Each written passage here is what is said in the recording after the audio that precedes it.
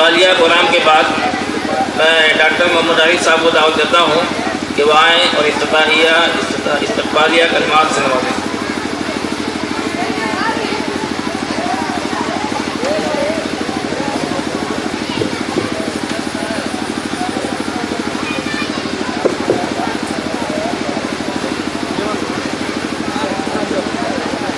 الحمدللہ رب العالمین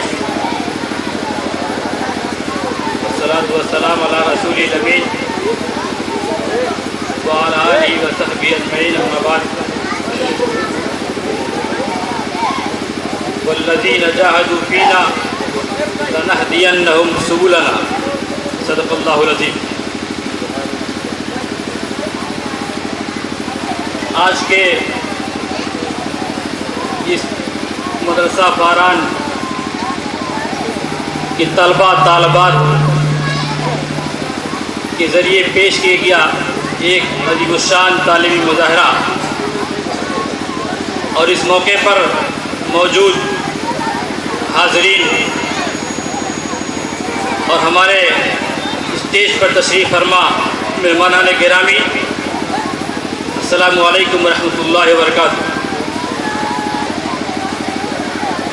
میں سب سے پہلے اللہ تعالیٰ کا شکر ادا کرتا ہوں کہ اس نے ایک حسین موقع ہمیں عنایت فرمایا کہ یہاں کے کچھ طلبہ، یہاں کی طالبات جو کبھی اسی زمین پر پڑھا کرتے تھے، انہوں نے اس پروگرام کو آرگنائز کیا ہے۔ انہوں نے یہ کوشش کی کہ ہم جو اپنا ایک تعلیمی سفر کا آغاز کیا تھا اس کو ایک بار دیکھیں، سمجھیں، اپنے ان طلبہ طالبات کو موٹیویٹ کریں۔ اس موقع پر ہم نے یہ کوشش کی ہے، یہاں پر جو اسٹیج پر تشریف فرما اس میں وہ سارے لوگ ہیں جو میرے استاد ہیں۔ اس اجلاس کی صدارت فرما رہے مولانا محمد طاہر مدنی صاحب، جو جامعۃ الفلاح کے ناظم رہے ہیں۔ آپ کی تعلیمی، سماجی، سیاسی خدمات ہر کوئی جانتا ہے۔ اسی کے ساتھ مولانا انعام اللہ فلاحی صاحب جو دہلی سے تشریف لائے ہیں، ان کی بھی اپنی ایک تعلیمی خدمات ہیں۔ انہوں نے بھی ہماری درخواست پر یہاں پر حاضری دی ہے۔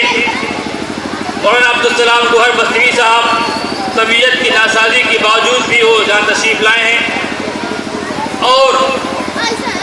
میں دو شخصیتوں کا اور بھی نام لوں گا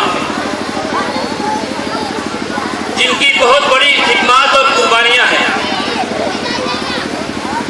اور الفاظ میں ان کو لانا کہ میرے لیے تو ذرا مشکل لگتا ہے کہ یہ ادارہ، یہ مدرسہ، یہ اسکول، یہ مکتب جس کے پروگرام میں ہم بیٹھے ہیں، اس ادارے کا ایک خواب دیکھنے والا شخص جو کسی تعلیمی ادارے سے فارغ نہیں ہے، ایک ویژن، ایک خواب دور تک دیکھنے والا شخص، وہ حافظ آفاق، جس نے اس ادارے کے قیام کے بارے میں سوچا، اپنے جیسے ان کے بیٹے ہیں ان بیٹوں کو لکھا، ان سے گزارش کی، ان سے کہا کہ ملک ہندوستان بہت عظیم ملک ہے، یہاں پر مختلف مذاہب کے لوگ بستے ہیں، نہ جانے کتنی بولیاں بولی جاتی ہیں، چاہے وہ کشمیر سے کنیا کماری ہو، چاہے وہ آسام سے گجرات ہو۔ اس عظیم الشان ملک میں مختلف قسم کے لوگ رہتے ہیں، اور ان لوگوں میں ملت کے ان نونہالوں کی ضرورت ہے، ملت میں ایسے افراد کی ضرورت ہے جو اس ملک میں قیادت کر سکے،